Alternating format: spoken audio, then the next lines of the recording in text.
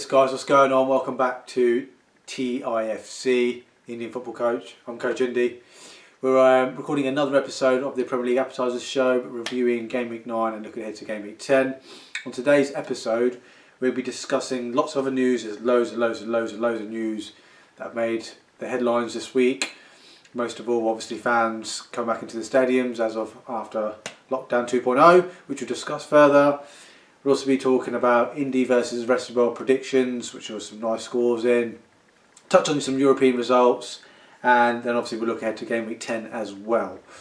At this point, if you haven't already liked this video or subscribed to the channel, please do so. It helps the channel grow massively. So it only takes a second. Do that now, guys, and we'll crack on.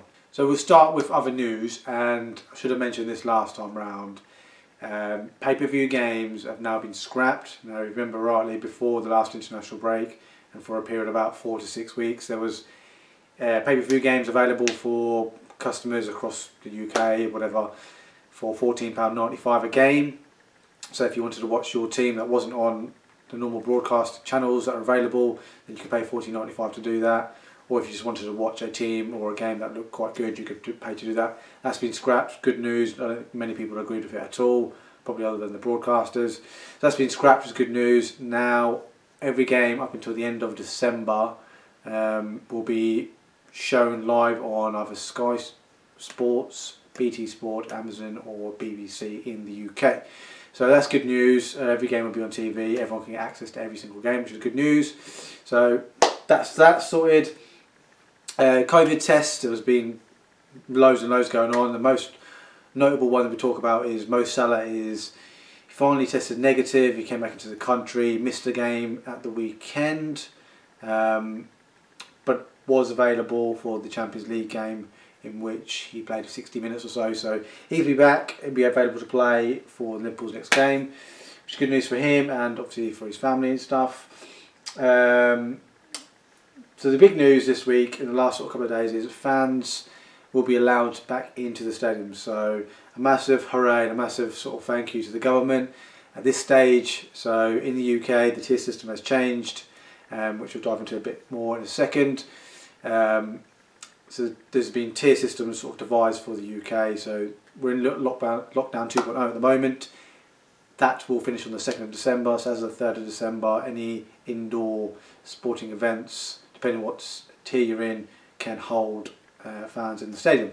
So that makes so how that's sort of worked out in the Premier League terms is 10 teams will be in tier 2 and 10 teams will be in tier 3. Tier 3 meaning you cannot have any fans at this stage. So those 10 teams, I'll just run you through those at the moment.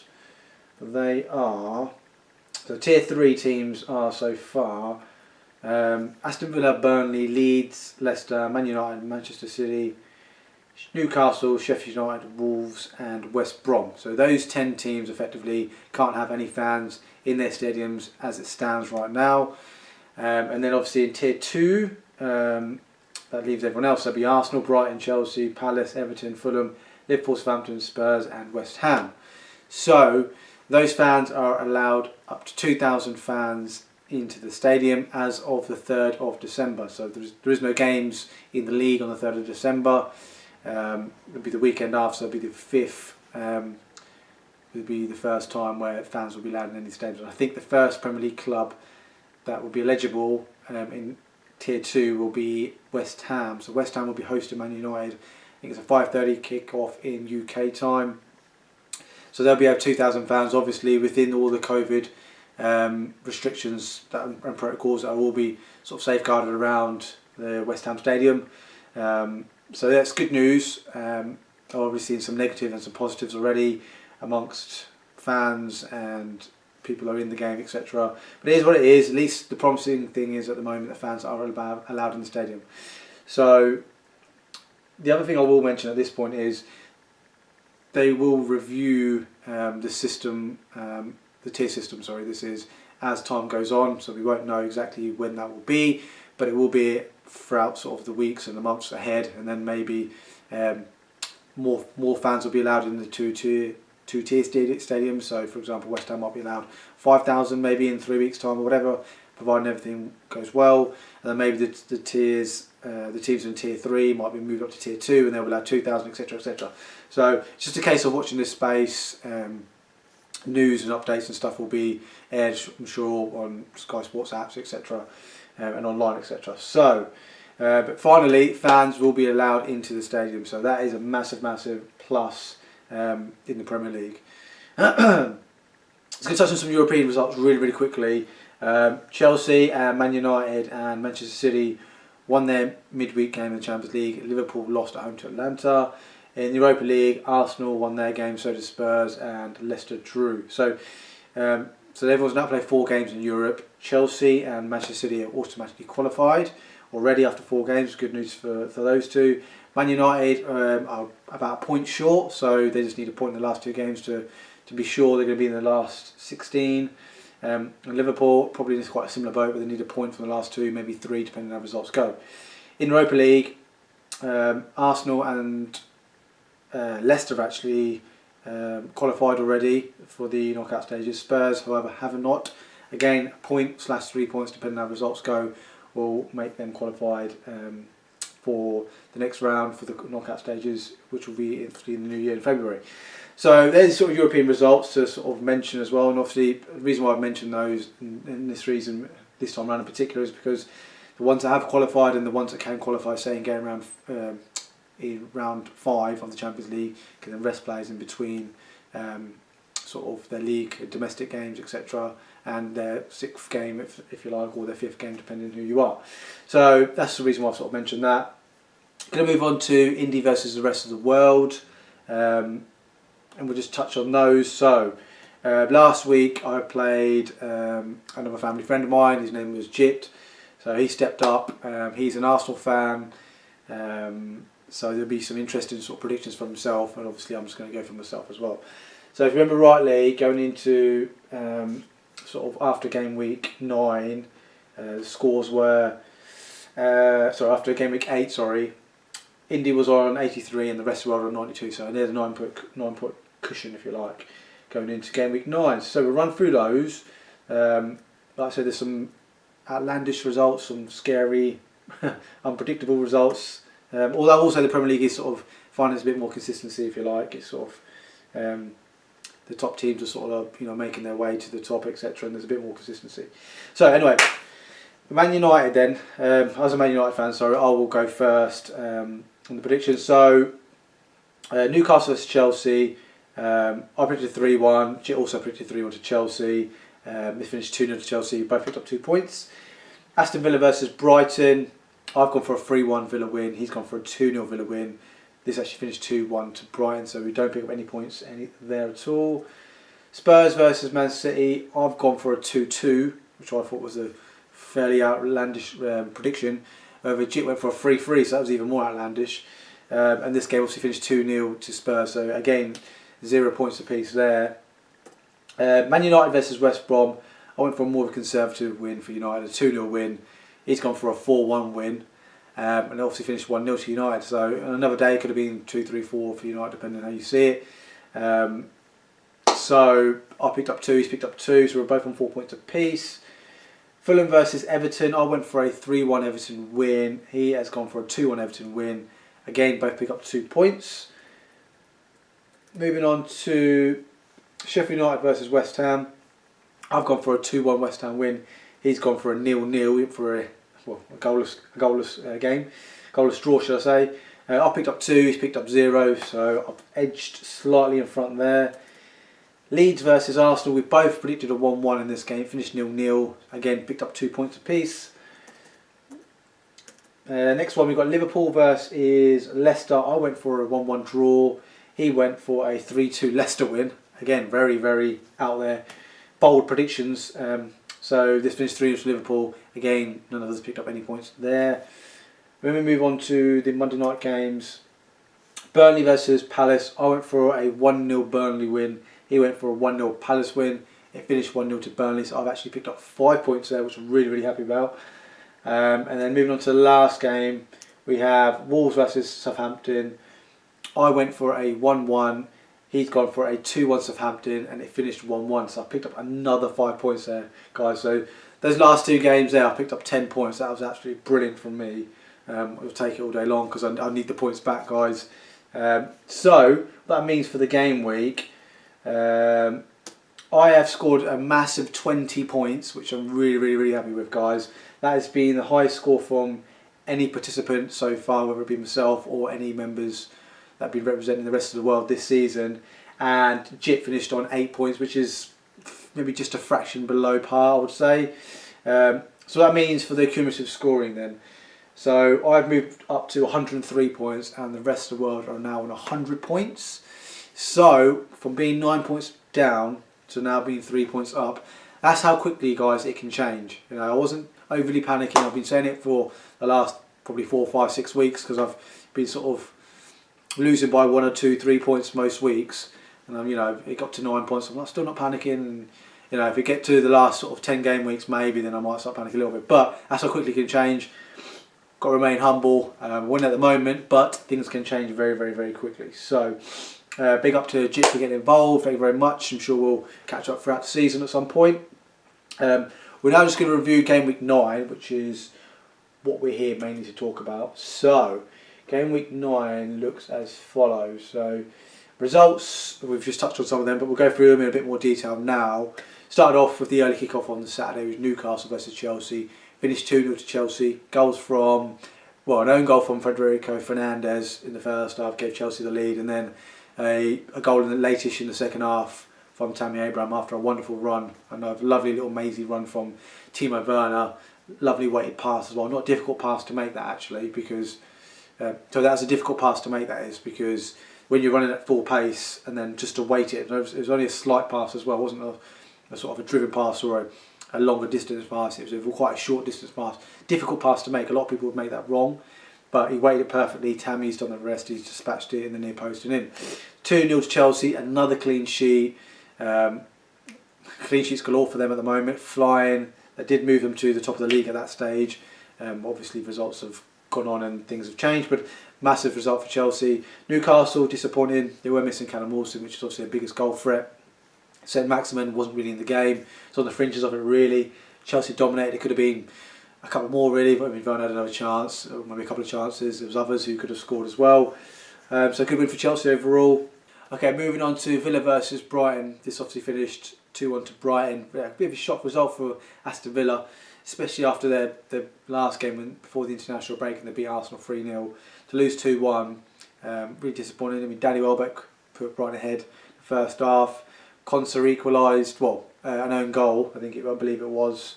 No, it wasn't an own goal. Konsa scored early in the second half.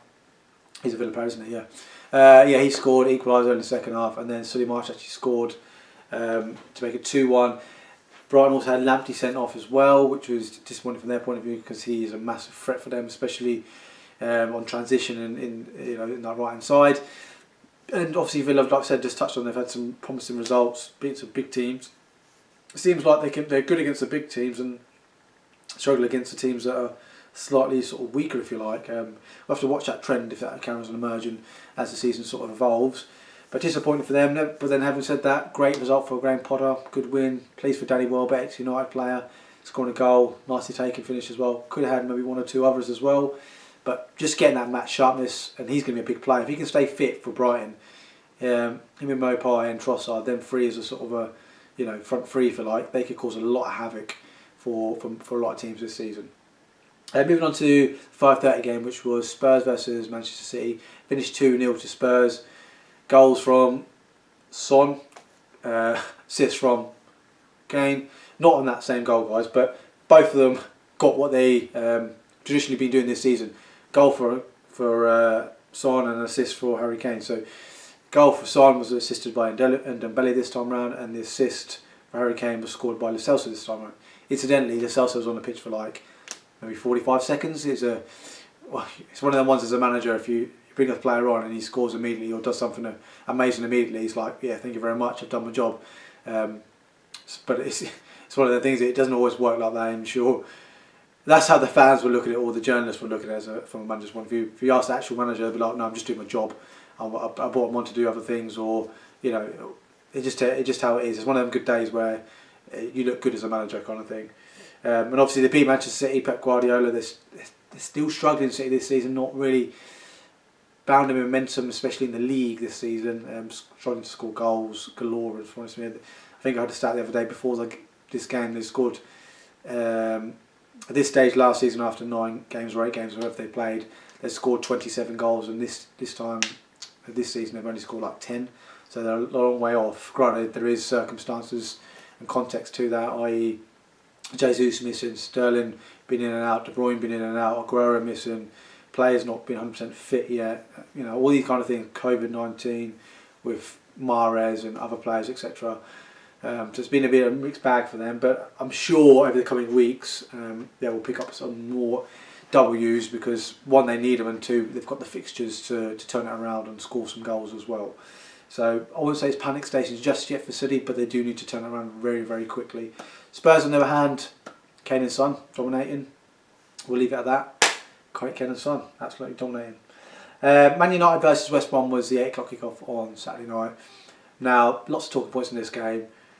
Bruno Fernandes, first of all, could have given away a penalty, and he did give away a penalty initially before it was overturned by VAR. Actually, it wasn't overturned by VAR. VAR asked the referee, the on-field referee, I think it might have been Oliver... No, it was Mr. Coote, I think it was. Tony Coote, I think his name was.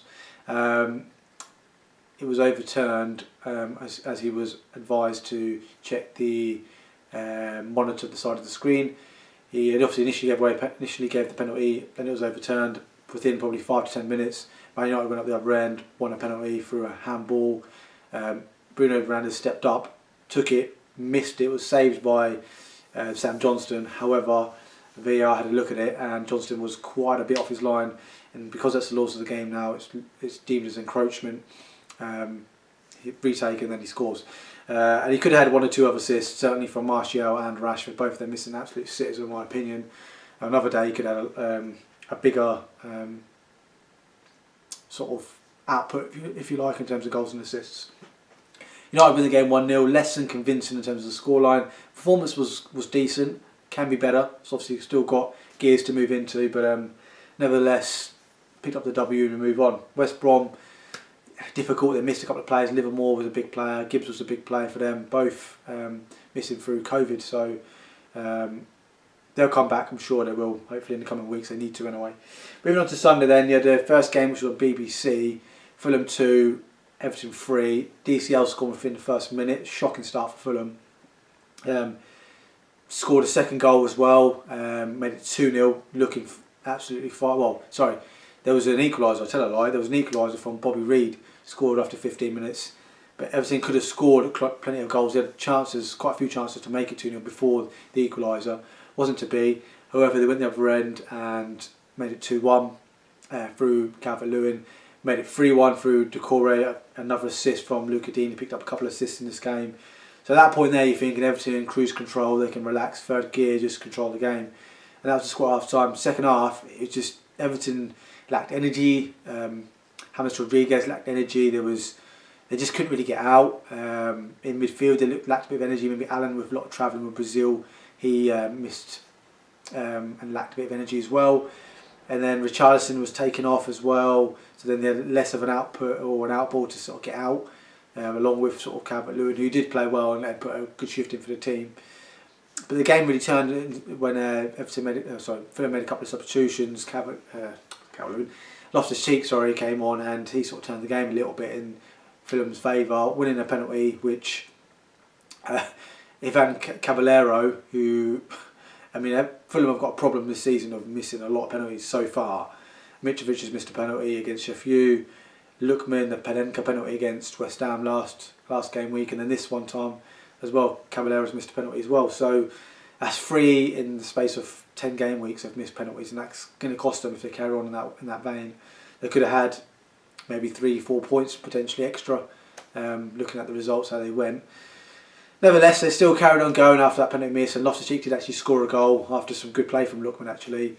Sort of cut back into sort of maybe 10 yards out, deflected strike into the goal, 3-2. And they were persistent. They had other chances as well to, create and work. Pickford didn't really work out that way. Everton held on for a good win, 3-2.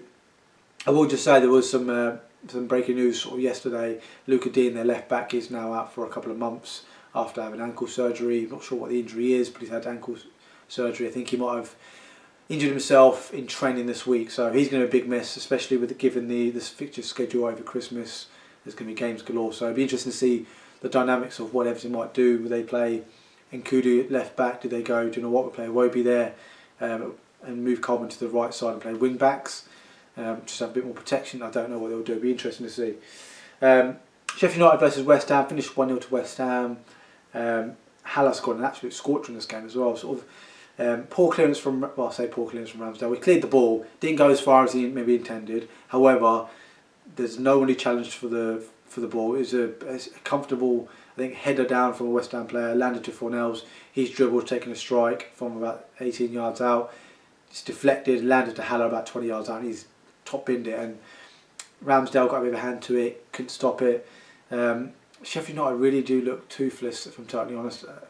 Especially in the last couple of games, I think. I mean, the games before that, they've all been quite tight, and you could argue the results maybe went against them, or they were definitely playing for the manager. I'm not saying they're not playing for the manager now, but there's definitely a lot more fight in them. It's a bit worrying, these results. I know this game was only 1-0, but still, that's a game they would penciled in there to minimum get a point, I would suggest.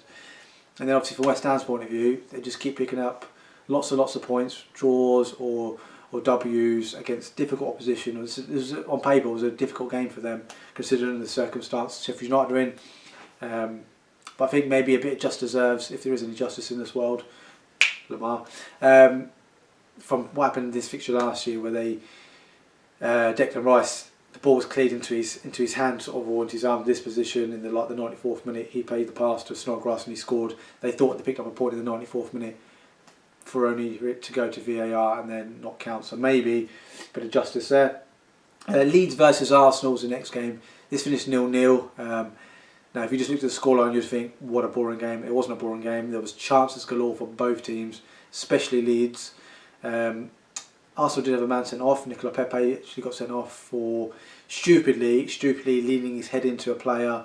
I can't recall the Leeds player, but he did make the most of it. And to be honest with you, it's probably quite clever. He's made the most of it. He's made sure that the referee and the VAR look at it and think, bloody hell, he's in a bit of pain. And VAR aren't going to miss anything. If the ref misses it, the VAR aren't going to miss it. So left the referee with no decision to give him a red card. But Leeds had plenty of chances with Bamford and Rodrigo and Harrison and all the other players, Click, Aylin, Dallas, all these players, loads of chances. Poor finishing, a combination of poor finishing, good defending and some good goalkeeping from Leno. Kept a clean sheet for them. Then Arsenal had chances with Aubameyang went through, Saka went through, there was other chances. Bellerin was looking dangerous in advanced areas as well. Actually quite a good point for Arsenal in the end, considering the circumstance. Moving on to the last game on Sunday then was Liverpool versus Leicester. Now, given the circumstance and the situation that Liverpool are in, a lot of people predicted Leicester to go there and actually win this game. Finished 3-0 to Liverpool. So it wasn't a case of that at all. Goals actually came from Johnny Evans, an own goal from a set piece, which was, for his standards, quite poor. I think he was more worried about his opponent as opposed to dealing with the ball coming in and heading the ball away.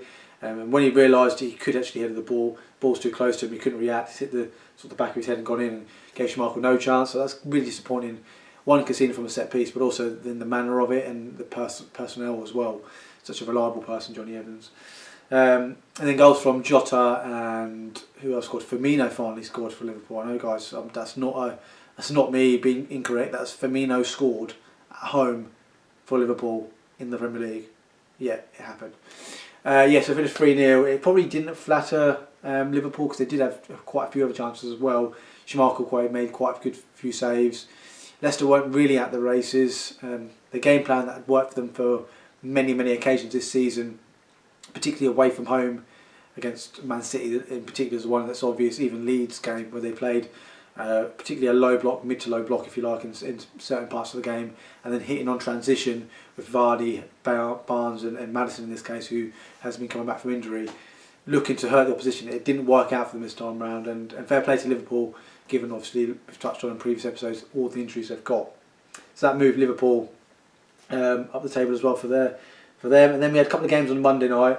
Not many goals to report, but Burnley beat Palace 1-0. Chris Wood scoring the goal after a poor clearance. It was a second phase from a corner that Burnley had won. Been cleared, ball been played back in. Kiata had an unopposed clearance, volley, header, you name it, you could do whatever you want to do. He's messed it up, ricocheted off Scott Down, landed to Chris Wood, and he's emphatically put it into the back of net. 1-0. Zaha was missing in this game through COVID, which is obviously disappointing from Palace's point of view, and statistically not a good omen. He actually, incidentally, is going to miss the game at the weekend as well through, I think his last day through of isolation, so he's going to miss the game on Saturday as well. So, yeah, disappointing for Palace, but a much timely win and result needed for Sean Dyche and Burnley. That moves them just outside the relegation zone, puts a bit more pressure on the teams below them, and hopefully they can find a bit of momentum going forward. We'll add another note as well. There has been some rumblings and some news the last day or so that Nick Pope could be out this weekend for their game against Manchester City through concussion, a delayed concussion. He had a head injury in the last game, and he could be missing potentially this game week. I don't know if that's to do with the new head laws and the protocols that come into play. If you pick up a head injury and you show any delayed concussion, you've got to have X amount of days off or whatever it may be. Something to do with that. It could just generally be that he has a head injury, nothing to do with concussion at all, and he's just not fit for the game. And then the 8 o'clock game, which was Wolves versus Southampton, finished 1-1. Theo Walcott scored his first goal for Southampton, putting them 1-0 up. First goal for Southampton on his return, if you like. And he had another chance as well, a really good chance, 1-1 with the goalkeeper, and he missed it. And they're the chances that traditionally Theo Walcott hasn't done brilliant at.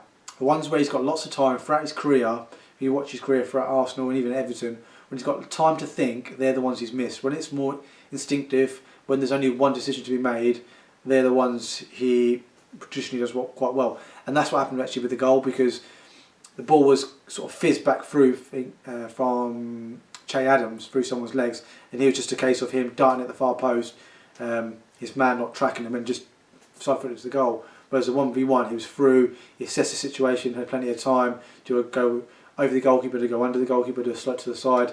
He went for a slot down the side and overcooked it. So there you go, maybe that's a trend throughout Walcott's sort of career. But then there was an equaliser from Pedro Neto, who came on a sub for Pedence. So an equaliser for them, picked up a point. It was actually a really good game. I don't particularly have any sort of connection with any of these two clubs, but it was actually quite a good game to watch. Not just from a tactical point of view, but also just the game actually ebbed and flowed quite well. You can see it was two sort of well-drilled teams, and sort of one tactic or one tactician, i.e. Ralph Hasenhüttl, trying to outdo another tactician in Nuno Espirito Santo. So finished 1-1. So that leaves obviously Spurs top of the league, Chelsea second, and we're going to just move on to game week 10 fixtures. So that's quite a nice segue that was from me. So we've got a game on Friday night. We've got Palace versus Newcastle, 8 o'clock game. Like I touched on, Zaha will be missing the game for COVID. I think it's his 10th day of isolation, so he's going to miss that. And then Newcastle have got Callum Wilson back fit, so obviously missed the last game. He's back this game. Whether he starts or not, I don't know. I think the game's too soon for Fraser, but they have got one or two others back as well. I think Shelby might be back in contention, and possibly Matt Ritchie as well. So they're getting bodies back, Newcastle, especially in that central midfield area. Moving on to Saturday, then we've got Brighton versus Liverpool. And we touched on this earlier. We think Salah, well, we definitely know he's available, whether he starts or not, because he looked a bit rusty in the midweek game. But then again, all Liverpool players didn't look particularly sharp or great. So maybe that was more of a team thing. But he's obviously, nevertheless, he's going to be available. Obviously, Jota and Firmino, they're going to be fired up after missing the game midweek. Brighton obviously going to have Lamptey not available, obviously because of the suspension from the previous game. So it'll be interesting to see what they do there. Do they go to the back four? Do they just go for another wing back, just sort of straight swap, just or keep the balance of and the rhythm of the team exactly the same? Interesting. There's going to be a bit of a loss anyway, Tariq Lamptey. Man City versus Burnley is a 3 o'clock game on Saturday.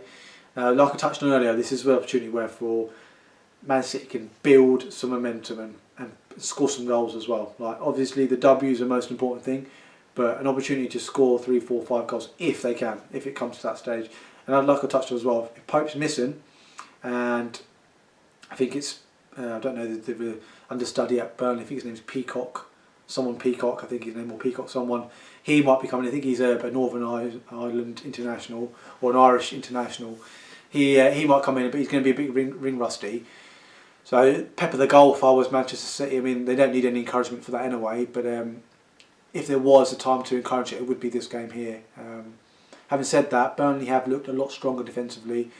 Granted, Pope has been a big part of that, but now that they've got sort of settled back 4, back 5, and even 11, they have looked a lot stronger and more difficult to break down.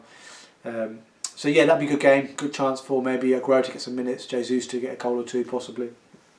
Everton versus Leeds. Now this game on paper looks like it's going to be an absolute belter, because you've got both teams who just play a very progressive, attacking, energetic style of football. Now will it be, you obviously got Ancelotti, who's a very experienced manager, and you've got Bielsa as well. Now will they just play their normal style and just say, right, almost like a basketball match, you have an attack, we'll have attack, and whatever attack or whatever defence deals with the situation best, inevitably will win the game? Or will it be more tactical, and will one manager try and think, right, we can't allow, say Ancelotti for example, he'd be like, no, we're not allowing Leeds to hit us on transition, we'll make sure we keep players behind the ball and not allow that to happen? Or would it be Bielsa come up with some sort of magic and masterful tactical plan to stop DCL from scoring, especially from aerial positions and from wide areas? So it'll be interesting from that point of view, but I expect it to be lots of chances and lots of goals in my opinion. West Brom versus Sheffield United, that's sort of the last game on the Saturday night. Not the most appealing game, certainly on paper anyway, but I'm sure our West Brom and Sheffield United viewers will have a different opinion on that. But what I will say is a good opportunity for either team to pick up some, most notably some valuable points to sort of get them up the table, if you like. Well, certainly also knock a dent into the opposition team as well, because at the moment those two are 2 of the 3 teams are in the relegation zone. So my gut says West Brom, just because they're at home. Not that home has much of an advantage, but I think the way West Brom have played in the last couple of games, played Man United and Spurs, only lost 1-0 in both games. If they can take that momentum and perform at that level, they've got a great chance. Moving on to the Sunday games then, we've got Southampton versus Man United, it's a 2 o'clock game. Danny Ings is still not back for Southampton, but they've obviously still got they're in terrific form still, winning loads of games. I think they're unbeaten 7 now, possibly 8, after starting the season really bad, losing the first couple. Got Chadams and Walcott playing really well together. Midfield, Ward-Prowse and Romeo, it's the heartbeat of that team really.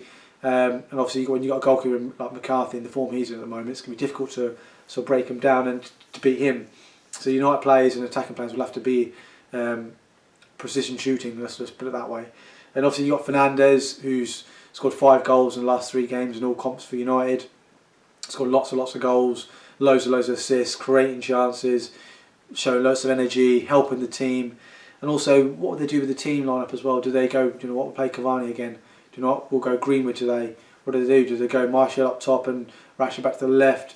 What do they do with the defence? Because there's reports that there could only be 1 centre-back for this week. Does that mean that Matic might play, which is going to absolutely play into Southampton's hands when you've got Chadams and you've got Theo Walcott's pace against possibly Maguire and Matic? Oh God, thinking about that could be horrendous. Let's hope Axel Tuanzebe's fit. Let's hope that anyway. So that'll be a good game. Then you've got the heavyweight clash: Chelsea versus Spurs, London derby. First versus second. Mourinho versus Frank Lampard versus Mourinho. Apprentice versus Governor, if you want to put it that way as well. I'm really looking forward to this game to see where both teams are, because Spurs haven't really. I mean, they beat United 6-1, but there was obviously some circumstances which play into that a little bit there in that game. But then, who else have Spurs played that's been the big boys that's been outstanding? I mean, they've not played. Okay, sorry, they beat Man City last week. I'll take that back. I'll take that back. They've not played Liverpool. They've not played Chelsea. They've not played Leicester. There's some teams they haven't played as well. So yeah, but obviously over the next coming weeks, where they've got lots of different games. And also the big teams coming to their place and vice versa, they're going to their place. we'll find out a lot more about Spurs and where Kane and Mourinho and Son are, and then their defence as well, and the whole squad in general. And obviously Chelsea, top goal scorers in the league, scoring lots of goals. Tammy's found a lot of form for Chelsea at the moment. I think he started the last 5 or 6 games in all comps. Scored I think 5 in that period. Timo Werner's looking hungry, looking sharp. Kante's looking in the form of his life again. You've got Thiago Silva and Zuma and Mendy looking assured in that area there, with the fullbacks providing lots of energy going forward. So I'm just going to be intrigued, maybe from even a tactical point of view as well. Like, will Mourinho, I suggest he'll probably play more on counter-attack, allow Chelsea to have more of the ball, set traps, allow Reece James and Chilwell to play high, to leave space for Son and one of Bergwijn, Moura or Bale, I'd imagine, to try and exploit that pace behind Thiago or behind Zuma. So yeah, that's what I think will happen. But yeah, I'm looking forward to that game. Arsenal versus Wolves is 7:15 game on Sunday night. Wolves, again, in decent form, in and around the European positions. Arsenal struggling at the moment. Won 4, lost 4, which is unusual at this stage of the season, and I think drawn 1 in the league so far. I think they're floating around about 11th position in the league, 12th position in the league. Had a good win midweek. Granted, they did rotate a lot of players, but it's been a good opportunity for Arsenal to get back to winning ways. Obviously, Wolves with Traore hopefully cementing his position back into the team, he's going to look to try and exploit the space in behind, because Arsenal will be on the front foot and Wolves will play on the counter-attack, which they inevitably do against anybody really. So that'll be a good game. Moving on to Monday night, we've got Leicester versus Fulham, the first game on Monday night, sorry. Now everyone's talking about Jamie Vardy against Fulham defence, lots of goals, job done, like in the bag. But Fulham have looked a lot better, certainly in advanced areas. They've created a lot more chances, scoring a few more goals. So maybe that might be their best form of defence, is to attack Leicester. Granted, that'll play into their weakness as well and into Leicester's strength. So it's whether they can be naive enough to do that. I don't know, but then can they play any other way? I'm not sure. Still early to say in this sort of Scott Parker's reign in the Premier League. I don't know, but good game, and it's got an opportunity for Leicester obviously to cement their position in the top 4. Then we've got West Ham versus Aston Villa, 8 o'clock kickoff on Monday night. Two teams doing quite well, both in the top 10. David Moyes versus Dean Smith. Now, West Ham have won a lot of their games 1-0 recently, or by the odd goal, and I can see this being quite a tight game as well. I'm sure Villa will play in the way they always play, and that's be quite gung-ho, which will obviously leave spaces for, if Antonio's fit, for him to exploit. Jarrod Bowen's playing really, really well. I think he's an underrated player. Provides a lot to the team, not just in possession but out of possession, and offers a bit of balance on that side as well. And obviously Fornals is playing well. Declan Rice and Souček's offering brilliant balance to that midfield. But then so it's going to be difficult to see what. So will it be Villa's attacking prowess be able to break down West Ham's defensive qualities? And if that is the case, then can West Ham exploit that weakness that Aston Villa have in defensive areas? So yeah, it'll be an interesting one to see. I'm sure there'll be probably a bit more riding on it as well, depending on how results go leading up to that game, because it'll probably be meaning that one of those teams can probably make quite a big jump in the league. So for example, I think Villa may be 6th in the league now, they might be able to push up into the top 4 potentially, and I think West Ham are 9th or 10th, they might be able to push up to say the top 6. So it just depends how the results go really. Okay guys, that concludes another episode of the Premier League Appetiser show on TIFC. Leave a like, leave a comment, helps the channel grow massively. If you haven't subscribed to the channel already, please do so. We'll see everybody next week. We'll have another episode ready for you.